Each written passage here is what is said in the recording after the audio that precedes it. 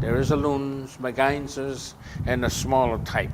The smallest of the type is called Syncypus. He's a good diver, dives long, just like a fish, and he's an expert. Very dull-looking one, very the dullest of them in that family, loon family. And they are supposed to be related. The loon is supposed to be the most handsome, the youngest of the three, and he's the most handsome one, most well decorated and all dressed up and everything. And so in a female of the world, and he is very desired by the female loon. And it says that once upon a time the waterfowl family came into this a seasonal gathering place. And it was in the springtime when they came in from south and all that. This temporary village was exciting, and they had games just like a living game, like a living today. They all came here to compete and also to unite and also to remarry, whatever it is. And they all came in by the boat, their canoe, because they're all diving ducks. And finally, almost the last, there was a loon that came down, and he's a bachelor, he's not married yet. And all the girls were waiting for him, like the female. And these two girls, they've been disobedience to their parents, and they were left behind there. Two girls. So they said, well, somebody will pick up. You're very dull anyway, you don't listen, you want to be on your own. So they were left behind. Finally, the loon came in. They know he's going to come, and they're so eager, they're going to stop him for sure. But the loon says, I'm sorry, I don't have a room. So he paddles on, and the girls are sitting there and crying and everything, so dejected and all that stuff. Finally, he said, wait for my brother, he's behind, right behind me. He's going to come and he'll pick you up. He's got a large, nice canoe. And so they said, okay, so the eagle is okay, we will wait for him. Sure enough, there's a little boat came in and almost sunk, it's a small canoe. And there stands this dull-looking person and everything. Him, they said, he's going to pick us up. And he was just laying there, just drifting by himself, not bothering anything, the Syncypus, okay? And then the girl shouts, hey, Syncypus, pick us up.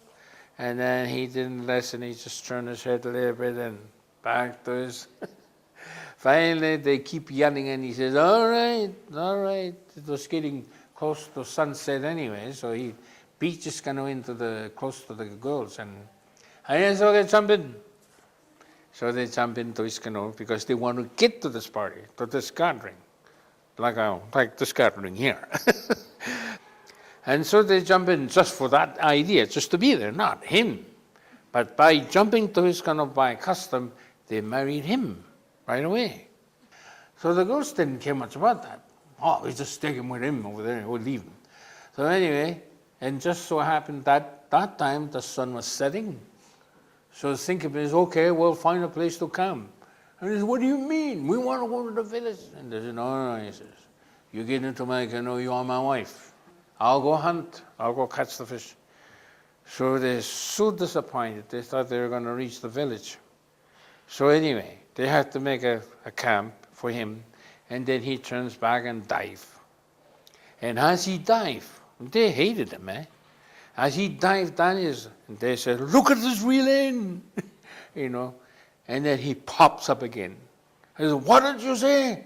I said, nothing. They said, but as soon as they say a bad thing to him, his body just pop up automatically because they don't like him. So then he says, don't you say any more, because otherwise you're going to starve to death. I'm not going to be able to catch a fish.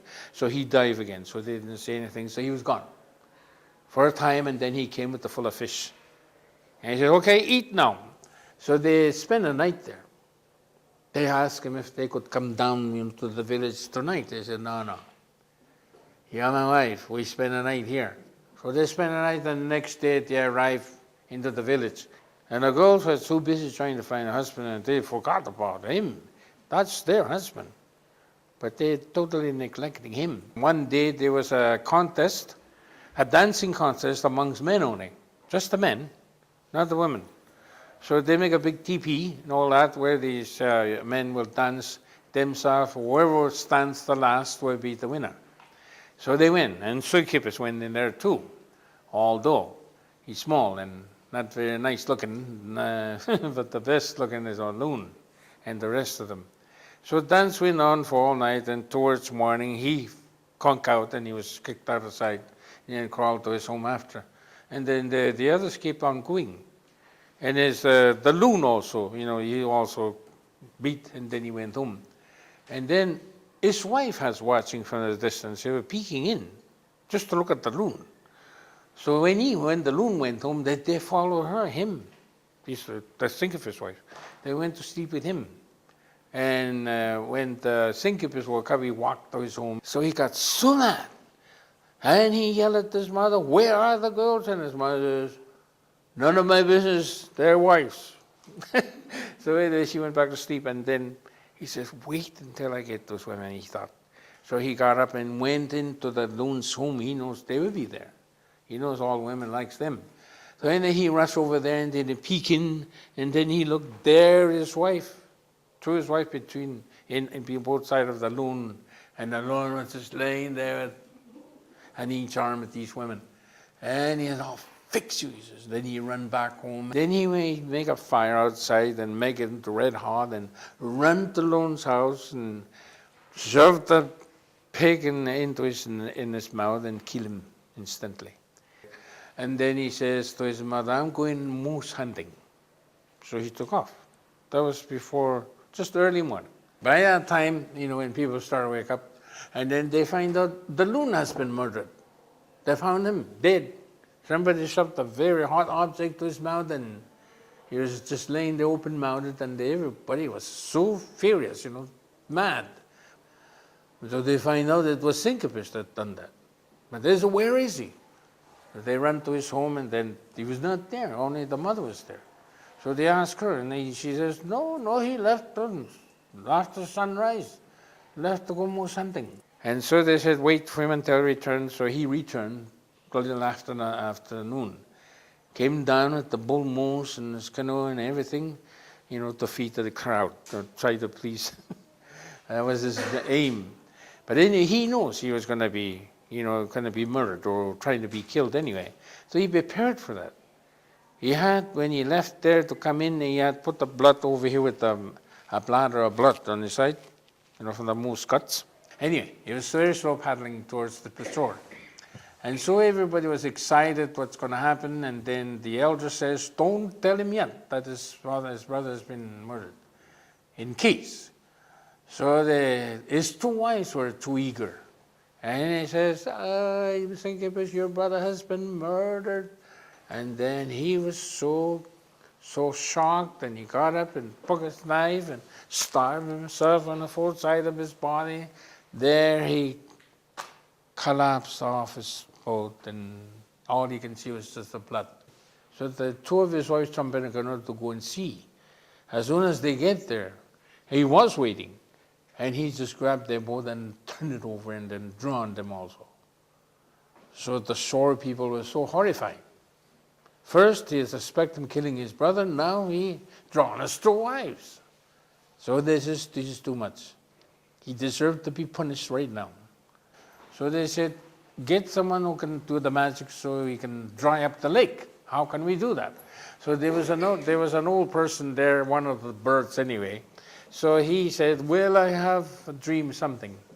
I dreamt the giant worms that maybe we could use to suck up the water, dry the lake up so we can catch a hold of him." So they did that. They came crawling from the top of the mountain into the lake, giant worms or something. So they start to suck the water from the lake, and they begin to dry up, and a little pond appear, and that's where the little Loon was running around there, trying to hide.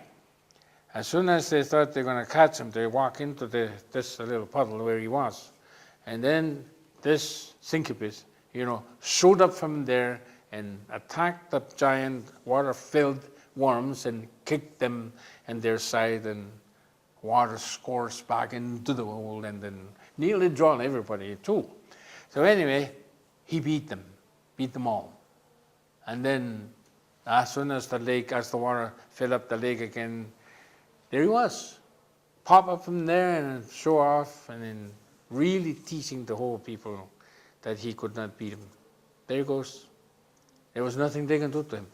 So the interpretation of the story is never to judge people by the looks, or by the size, or by the way he dressed, or anything. We should never judge anyone that way.